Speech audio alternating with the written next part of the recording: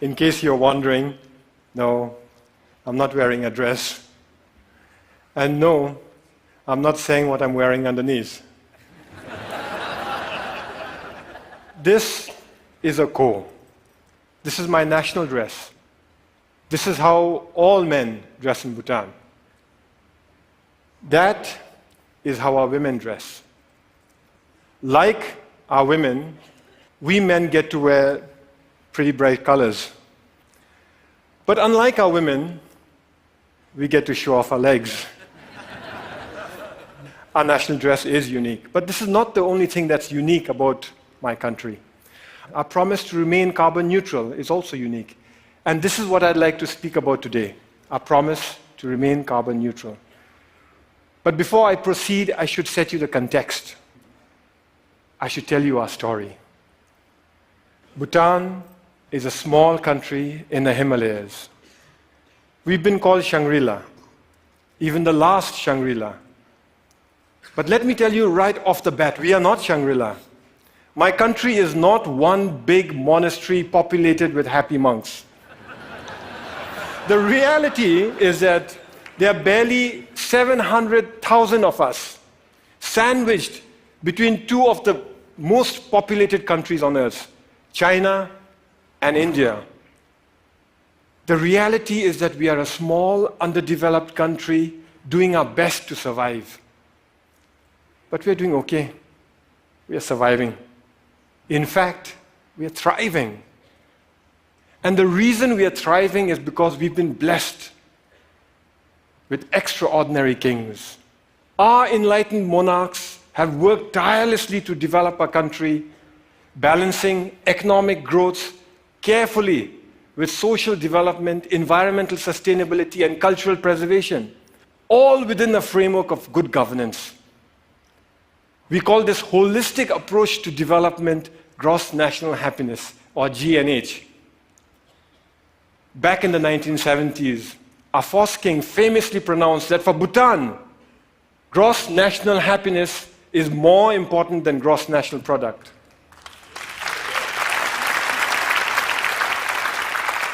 Ever since, all development in Bhutan is driven by GNH, a pioneering vision that aims to improve the happiness and well-being of our people. But that's easier said than done, especially when you're one of the smallest economies in the world. Our entire GDP is less than $2 billion. I know that some of you here are worth more, individually, than the entire economy of my country. So our economy is small. But here's where it gets interesting. Education is completely free. All citizens are guaranteed free school education, and those that work hard are given free college education. Healthcare is also completely free. Medical consultation, medical treatment, medicines, they're all provided by the state.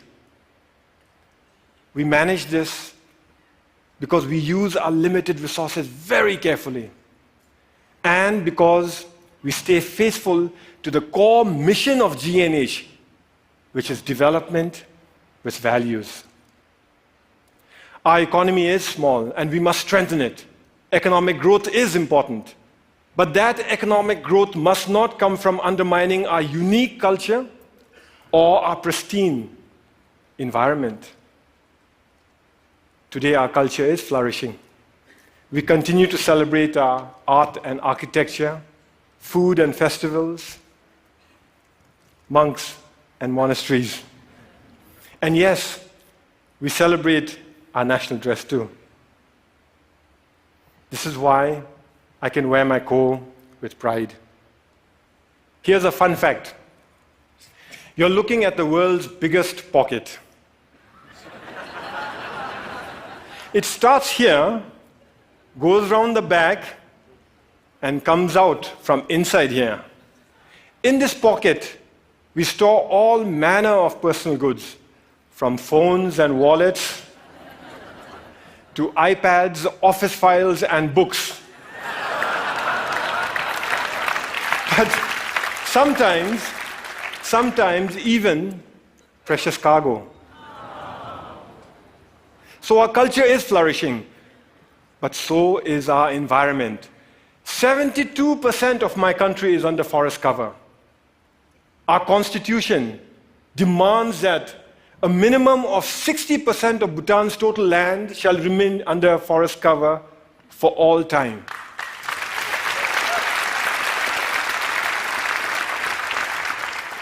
Our constitution, this constitution, imposes forest cover on us. Incidentally, our king used this constitution to impose democracy on us. You see, we, the people, didn't want democracy. We didn't ask for it. We didn't demand it. And we certainly didn't fight for it. Instead, our king imposed democracy on us by insisting that he include it in the constitution. But he went further.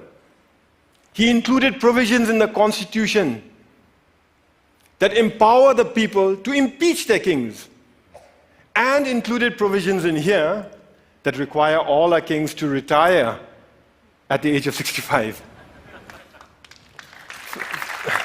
Fact is, we already have a king in retirement. Our previous king, the Great Fourth, retired 10 years ago at the peak of his popularity. He was all of 51 years at that time. So as I was saying, 72% of our country is under forest cover. And all that forest is pristine. That's why we are one of the few remaining global biodiversity hotspots in the world. And that's why we are a carbon neutral country. In a world that is threatened with climate change, we are a carbon neutral country. Turns out it's a big deal. Of the 200-odd countries in the world today, it looks like we are the only one that's carbon neutral. Actually, that's not quite accurate. Bhutan is not carbon neutral. Bhutan is carbon negative. Our entire country generates 2.2 million tons of carbon dioxide. But our forests, they sequester more than 3 times that amount. So we are a net carbon sink for more than 4 million tons of carbon dioxide each year. But that's not all. We export most of the renewable electricity we generate from our fast-flowing rivers. So today, the clean energy that we export offsets about 6 million tons of carbon dioxide in our neighborhood. By 2020, we'll be exporting enough electricity to offset 17 million tons of carbon dioxide. And if we were to harness even half our hydropower potential, and that's exactly what we're working at, the clean, green energy that we export would offset something like 50 million tons of carbon dioxide a year. That is more CO2 than what the entire city of New York generates in 1 year. So inside our country, we are a net carbon sink. Outside, we are offsetting carbon. And this is important stuff. You see, the world is getting warmer. And climate change is a reality. Climate change is affecting my country. Our glaciers are melting, causing flash floods and landslides, which in turn are causing disaster and widespread destruction in our country. I was at that lake recently. It's stunning. That's how it looked 10 years ago. And that's how it looked 20 years ago. Just 20 years ago, that lake didn't exist. It was a solid glacier. A few years ago, a similar lake breached its dams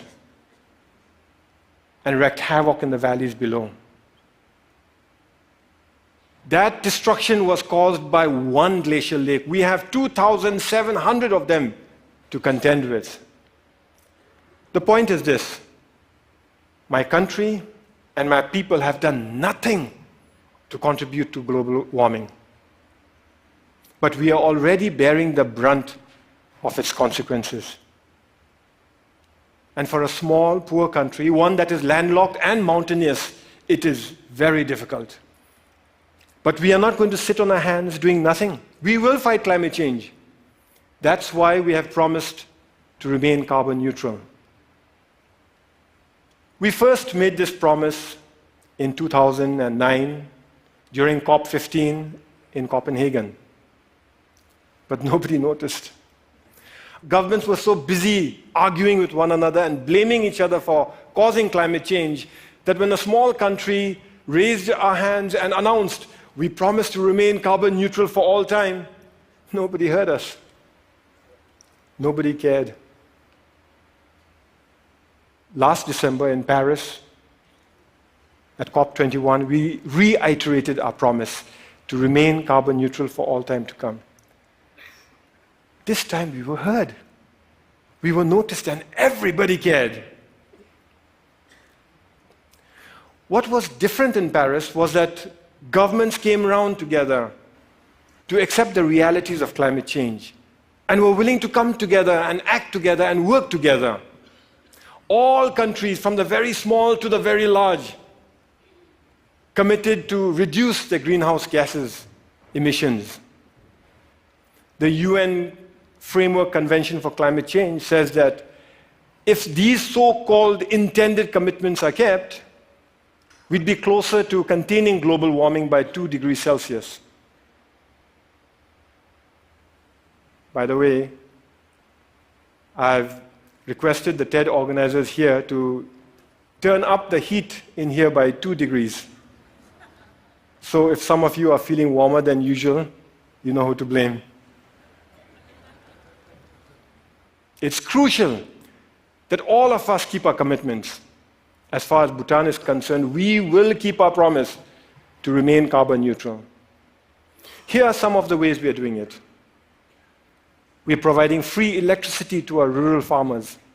The idea is that with free electricity, they will no longer have to use firewood to cook their food. We are investing in sustainable transport and subsidizing the purchase of electric vehicles. Similarly, we are subsidizing the cost of LED lights, and our entire government is trying to go paperless. We are cleaning up our entire country through Clean Bhutan, a national program, and we are planting trees throughout our country through Green Bhutan, another national program. But it is our protected areas that are at the core of our carbon neutral strategy. Our protected areas are our carbon sink. They are our lungs. Today, more than half our country is protected as national parks, nature reserves, and wildlife sanctuaries. But the beauty is that we've connected them all with one another through a network of biological corridors. Now, what this means is that our animals are free to roam throughout our country. Take this tiger, for example. It was spotted at 250 meters above sea level in the hot subtropical jungles.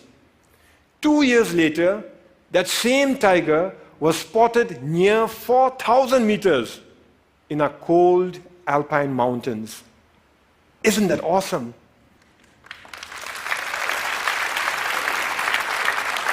We must keep it that way. We must keep our parks awesome. So every year we set aside resources to prevent poaching, hunting, mining, and pollution in our parks, and resources to help communities who live in those parks manage their forests, adapt to climate change, and lead better lives while continuing to live in harmony with Mother Nature. But that is expensive. Over the next few years, our small economy won't have the resources to cover all the costs that are required to protect our environment.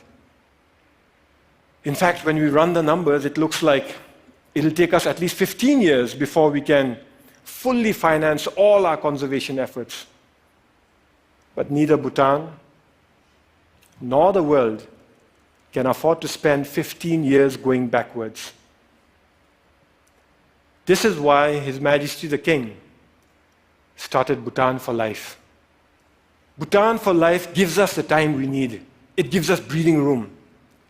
It is essentially a funding mechanism to look after our parks, to protect our parks till our government can take over on our own fully. The idea is to raise a transition fund from individual donors, corporations, and institutions. But the deal is closed only after predetermined conditions are met and all funds committed. So multi-party, single closing, an idea we borrowed from Wall Street. This means that individual donors can commit without having to worry that they'll be left supporting an underfunded plan.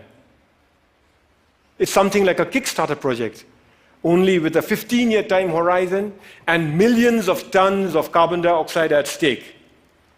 Once the deal is closed, we use the transition fund to protect our parks, giving our government time to increase our own funding gradually till the end of the 15-year period. After that, our government guarantees full funding forever. We're almost there. We expect to close later this year. Naturally, I'm pretty excited.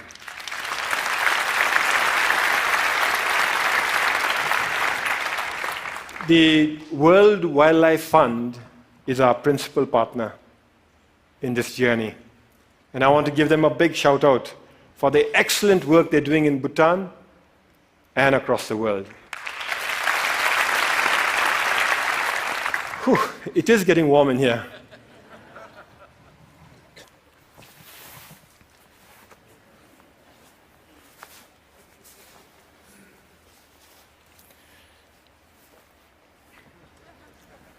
I thank you for listening to our story. A story of how we are keeping our promise to remain carbon neutral. A story of how we are keeping our country pristine for ourselves, our children, for your children, and for the world. But we are not here to tell stories, are we? We are here to dream together. So in closing, I'd like to share one more dream that I have. What if we could mobilize our leadership and our resources, our influence and our passion to replicate the Bhutan for Life idea to other countries so that they too can conserve their protected areas for all time? After all, there are many other countries who face the same issues that we face. They too have natural resources that can help win the world's fight for sustainability. Only they may not have the ability to invest in them now. So what if we set up Earth for Life, a global fund, to kickstart the Bhutan for Life throughout the world? I invite you to help me to carry this dream beyond our borders to all those who care about our planet's future. After all, we're here to dream together, to work together, to fight climate change together, to protect our planet together. Because the reality is, we are in it together. Some of us might dress differently, but we are in it together. Thank you very much. And Thank you. Thank you. Thank you. Thank you.